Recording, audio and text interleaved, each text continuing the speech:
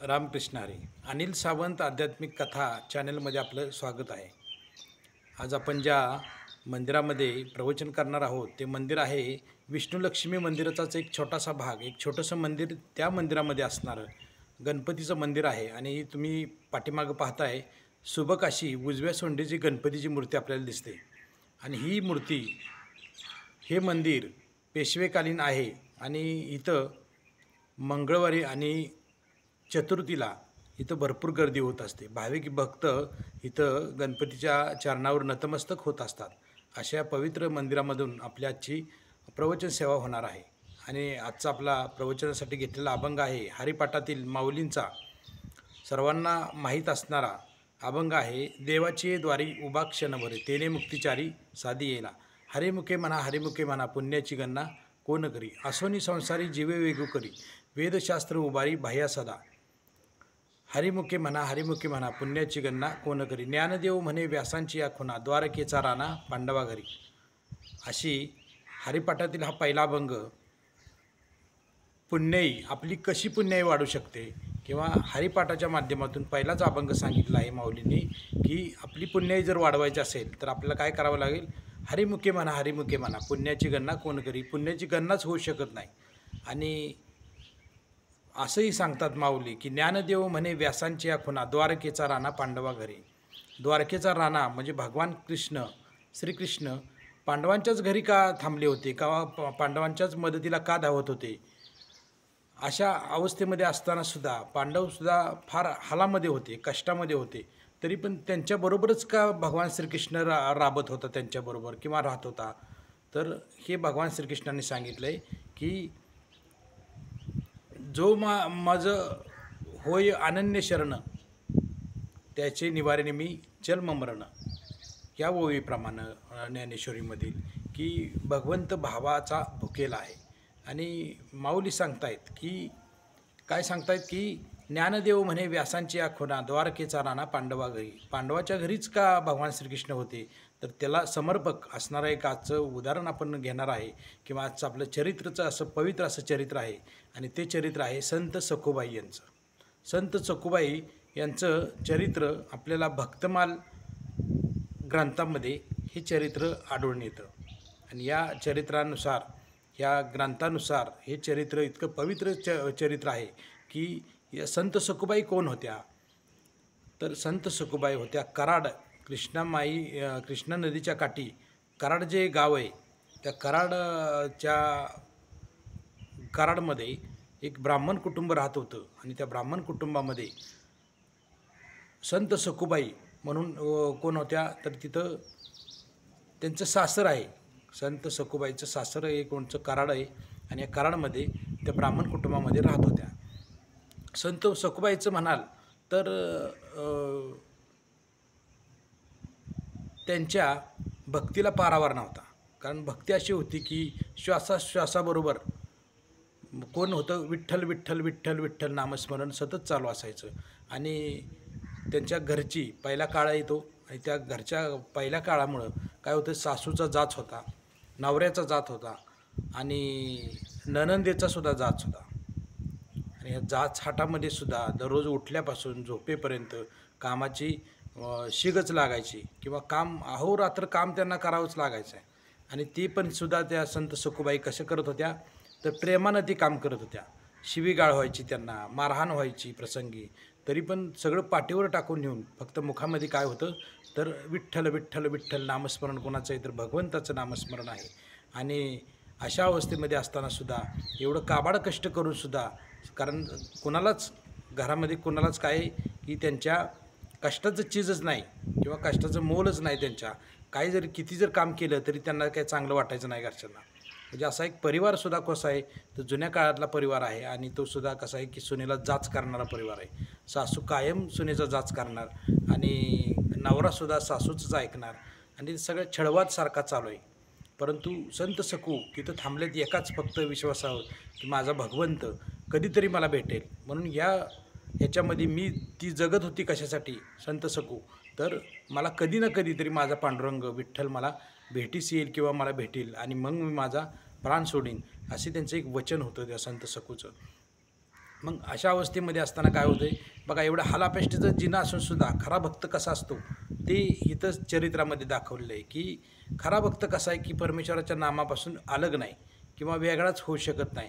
किती काबाड कष्ट पडले तरी आपले भोग समजायचे. संत सखू काय म्हणायची, हे माझे भोग आहेत पूर्वजन्मीचे आणि मला आता ह्याच्यामध्ये काय करायचं, तर एकच माझं चित्त आहे की मला फक्त परमेश्वर प्राप्ती व्हावा, मला परमेश्वराचं दर्शन व्हावं, अशी एक इच्छा मनामध्ये होती आणि ती नामस्मरण कायम करण्यात दंग असायची.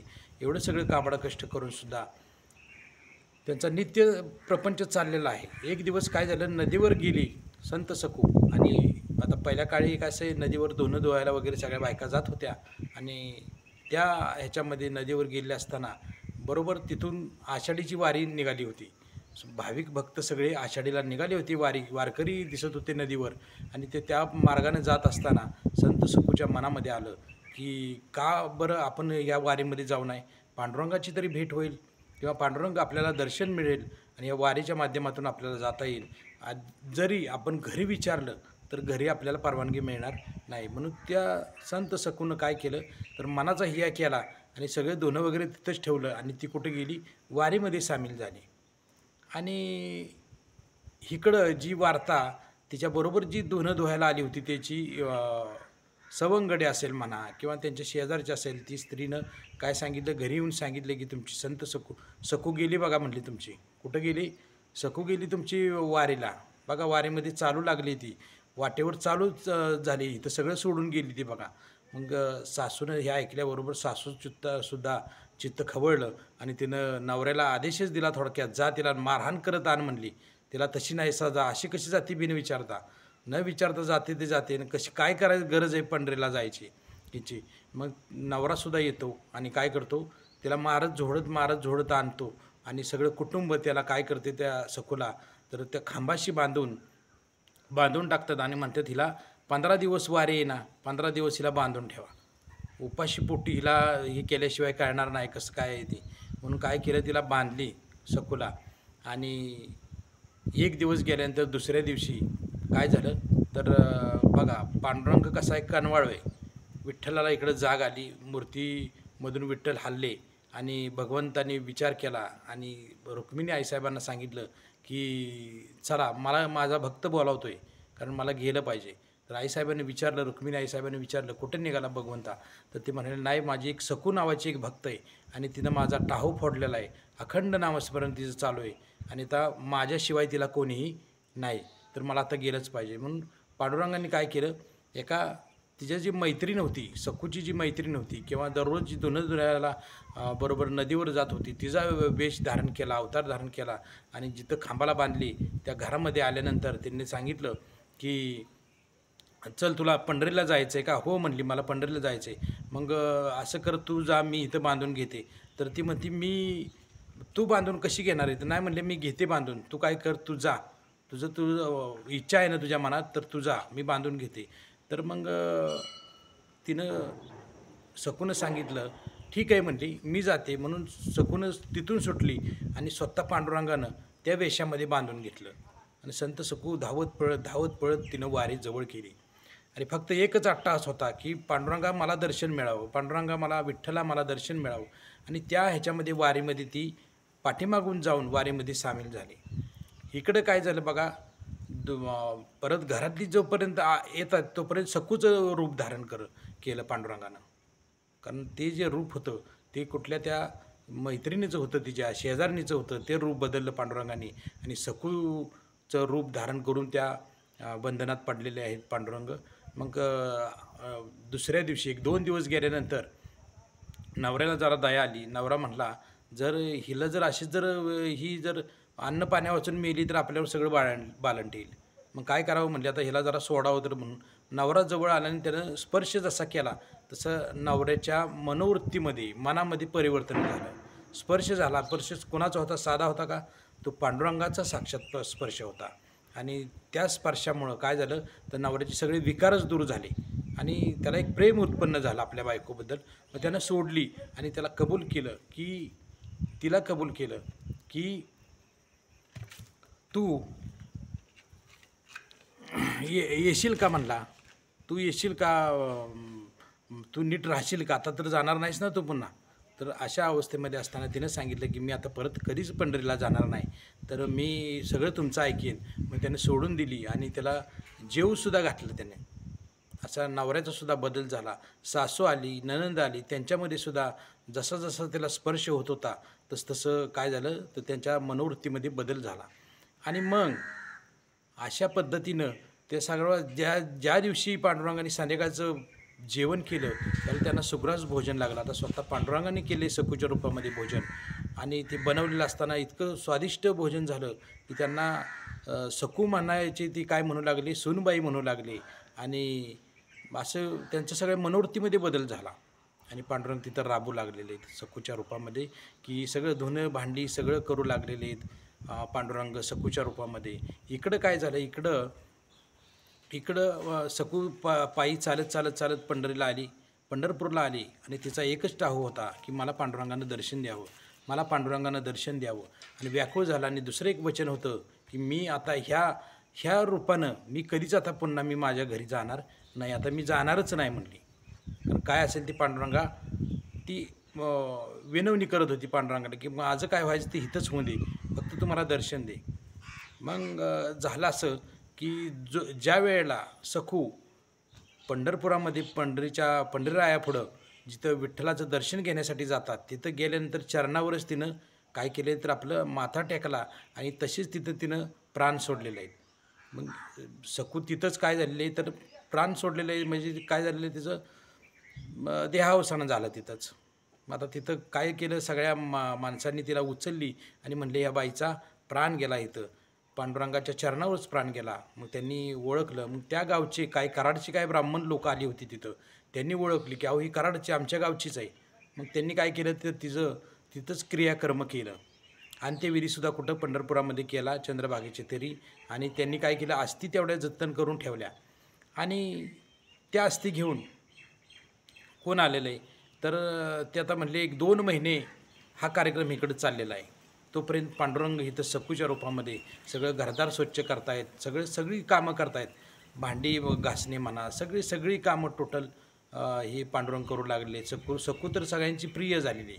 आणि अशा अवस्थेमध्ये असताना पाठीमागे ही ब्राह्मण लोक माघारी फिरली. आणि इकडं काय झालं तर 2 महिने झाल्यानंतर आई रुक्मिणी साहेबांना प्रश्न पडला असा की आता भगवंत किती दिवस सखूच्या पाशी जाणार. म्हणून म्हणले त्यांनी बघावं, तर म्हणून त्यांनी बघितलं तर सखूचं तर काय झालेलं आहे, सखू मरण पावलेले. आणि सखूचं तर काय अस्थी पण तिथं शिल्लक राहिल्या होत्या. तिथं गेल्या रुक्मिणी आईसाहेब आणि त्यांनी अस्थीमुळं म्हणले आपल्या पांडुरंगाची सुटका ही परत गेल्याशिवाय होणार नाही. पांडुरंग तिथनं निघणारच नाहीत, कारण निघूच शकत नाहीत. आता ही जर गेली तर आता हिचं तर काय झालेलं तर ही तर मरण पावलेली. मग तिच्या अस्थी रुक्मिणी आईसाहेबांनी गोळा केल्या आणि अस्थीमध्ये पुन्हा प्राण ओतला आणि तिला जिवंत केले सखूनं जीवन केल्याबरोबर सखूनं दर्शन घेतलं आईसाहेब रुक्मिणीचं. आणि त्यांनी विचारलं काय माते, काय बोला, काय आज्ञा आहे तुमची. तर तिनं सांगितलं की तुझ्या रूपामध्ये तुझी जी बांधून घेतलेली तुझी ती मैत्रीण वगैरे नाही कोण, तर ती पांडुरंग साक्षात आहेत. तुझ्या रूपामध्ये पांडुरंग तिथं राबतायत तुमच्या घरी. तुला जिवंत करण्याचं कारण एवढंच की पांडुरंगाची सुटका होईल तिथून, म्हणून तुला जिवंत केले. तुझं एक पण होतं की मी या देहानं पुन्हा जाणार आहे, तर तुला दुसरा जन्म दिलेला आहे, आम्ही दुसरं आयुष्य तुला दिलेलं आहे, तर तू आता प्रसन्न चित्तानं जा. तू गेल्याशिवाय पांडुरंग माघारी परत येणार नाहीत. मग सखू काय केली बघा, नवीन पुनर्जन्म मिळाला आहे तिला. मग परत ती गेली आणि इकडं घरी आली. आपल्या घरी आल्यानंतर पांडुरंगाने ओळखलं की आता आपल्याला गेलं पाहिजे. मग ती जात असताना म्हटली आता 2-2 सखू झाल्या तर अवघड होईल. म्हणून पांडुरंग असे जात असताना त्यांनी काय केलं तर बाहेरच्या बाहेर घरी सांगितलं की मी कृष्णामाईमध्ये पाणी भरायला जाते. म्हणून एक घडा उचलला आणि त्या पाणी भरायला गेल्या. आणि तिथंच पांडुरंग भेटले कोणाला तर सखूबाईला. सखूबाईंनी ओळखलं. म्हणजे पांडुरंगा आता काय माझी परीक्षा घेऊ नको, मला दर्शन द्या, कारण तुम्ही माझ्या रूपामध्ये इथं आहे. मला सांगितलं आईसाहेबांनी मला सांगितलं आहे, रुक्मिणी देवीने मला सांगितलं आहे की तुम्ही माझ्या रूपामध्ये येतात. मग तिथं पांडुरंगसुद्धा त्यांनी काय केलं तर दर्शन दिलं सखूला आणि तिला सांगितलं की दर्शन घे आणि तुला ज्या वेळेला वाटेल त्यावेळेला मी तुझ्या भक्तीला प्रसन्न झालो आहे. ज्या वेळेला तुला वाटेल की माझं दर्शन घ्यावं त्यावेळेला मी तुझ्या पुढं उभा राहील. मी तुला साक्षात दर्शन देत जाईन, परंतु पुन्हा पंढरीकडे काही येऊ नकोस. कारण मला काय होतं त्रास झालेला आहे भरपूर. असे पांडुरंग म्हणतायत की पुन्हा इकडं येण्याचं नाव काढू नको. मग ठीक आहे म्हणली आणि पुन्हा एकदा तिनं काय केलं तर सदगदित झाली सकू आणि पुन्हा पायावर डोकं ठेवलं आणि पांडुरंगांनी अंतर्धान पावले पांडुरंग. घरी आली सकू नित्याप्रमाणे आपली सकू गेली होती घडा घेऊन तशीच पाठीमागं माघारी आली. मग इकडं नित्यचं चाललेलं आहे, सगळं प्रपंचचं व्यवस्थित चाललेलं आहे, सगळी घरचीसुद्धा चांगली मन परिवर्तन झालेलं आहे. सकून बघितलं की आपल्या सगळ्यांच्या नवऱ्याच्या ह्याच्यामध्ये परिवर्तन झालं आहे. तोपर्यंत काय झालं तर ती जी वारीला गेलेली ब्राह्मण त्यांनी काय आणलं होतं, अस्त्या आणल्या होत्या सकूच्या आणि त्यांनी आले उदास मनानं आले आणि म्हणले यांच्या घरी सांगायला हवं. म्हणून त्यांनी घरी सांगितलं की सकू काय झालेलं आहे, सकूचं देहावसान झालं, सकू मरण पावली, आम्ही तिच्या अस्थी घेऊन इथं आलेलो आहे आणि या अस्थी तुम्ही आता स्वीकारता येणार नाहीत तुम्हाला, परंतु काय होतं आहे की आमच्या जड अंतःकरणाने आम्ही आलेलो आहे. सकू आली होती आमच्याबरोबर, परंतु तिथंच ती मरण पावली आणि तिथंच आम्ही तिचा अंत्यविधी केला आहे. सासू सासरे आणि ती ननंदनी नवरा काय म्हणायला लागले, म्हणले काय ह्यांनी काय बोलताय काय म्हणले, असं काय बोलताय म्हणले, सकू तर आतच आहे. मग असं कसं म्हणले, असं सकू आत असेल म्हणून त्यांनी हाक मारली सकूला. सकू बाहेर आली आणि मग त्यांनी तर त्या ब्राह्मणांचं आश्चर्यच वाटलं. म्हणले अहो सकू आहे का भूत आहे बघा हे. त्यांनी केलं असं सांगितलं की सकूला म्हणले काय झाले सांग. मग सकूबाईंनी सांगितलं की मी तर मरण पावले होते. बरोबर आहे त्यांचं, कारण माझ्याच ते असतेत, मी तर मरण पावले होते. आणि मग या ठिकाणी कोण होतं, सासऱ्यानं प्रश्न केला, नवऱ्यानं प्रश्न केला, सासूने केला. तर म्हणले या ठिकाणी साक्षात पंढरीचा पांडुरंग इथं माझ्या रूपामध्ये काम करत होता 2 महिने. मग तेवढं ऐकल्याबरोबर ही सगळ्यांच्या डोळ्यातून पाणी येऊ लागले आणि ती पश्चाताप करू लागले, सासू सासरा ननंद आणि नवरा, की म्हणतात आमच्या हातून किती पाप घडलं. मग तिने सांगितलं की पांडुरंग इथं माझ्या रूपामध्ये राबले आणि मला दुसरा जन्म दिलेला आहे आता इथं येण्यासाठी. म्हणून काय झालेलं आहे तर तिथं कराडमध्ये ते कुटुंब सदगदित झालं. ते ब्राह्मणसुद्धा पाय धरले सकूचे, सगळ्यांनी सासू सासरा नवऱ्यांनी पाय धरले की किती श्रेष्ठ आहेस तू म्हणले, की एवढं श्रेष्ठत्व की पांडुरंगानं तुझ्या जागी येऊन इथं काम करावं, मग तुझी भक्ती थोर आहे. त्या ब्राह्मणांनीसुद्धा पाय धरले आणि न घडणारी घटना घडली म्हणून ती सगळीकडे आश्चर्य मानलं जाऊ लागलं. मग अशी सकू होती की पांडुरंग काय करत नाही. ज्ञानदेव म्हणे व्यासांच्या खुणा, द्वारकेचा राणा पांडवा घरी. का पांडवाच्या घरी राहिला होता तर याच कारणासाठी की तो बघतो, पांडुरंग काय बघतो तर आपला भाव बघतो, भक्ताच्या किती भाव आहे आपला, त्यानुसार तो आपल्याला त्याला दर्शन देतो. नवनवे वाईट साईट कामंसुद्धा तो करू लागतो. बरीच कामं अशी त्यांनी प्रत्येक भक्तासाठी केलेली आहेत. तशीच या संत सकूसाठी सुद्धा संत सकू होऊन पांडुरंगानं तिचं भक्तीतून उतराई होण्याचा प्रयत्न केलेला आहे. या कथेतून आपल्याला भक्ती कशी करावी हेच आपल्याला पुढं सांगायचा प्रयत्न आहे. भक्ती किती श्रेष्ठ आहे, पांडुरंग कसा आपल्याला क्षणाक्षणाला आपल्याला पुढं कसा उभा राहू शकतो. तर आपण सुद्धा काय करा तर भक्ती करा आणि या कलियुगामध्ये नाम तारक आहे, नाम घ्या. नाम घेतलं तर आपल्या सर्वांचा उद्धार होणार आहे. असंच आपले व्हिडिओ मी आणखी सुद्धा व्हिडिओ घेऊन येणार आहे. अपरिचित जी संतांची चरित्र आहे, भक्तांची चरित्र आहे, ती आपल्यापुढे सांगण्याचा प्रयत्न करणार आहे. माझ्या चॅनेलला आपण जर नवीन असाल तर लाईक करा, सबस्क्राईब करा आणि कमेंटमध्ये रामकृष्ण हरी म्हणा. रामकृष्ण हरी.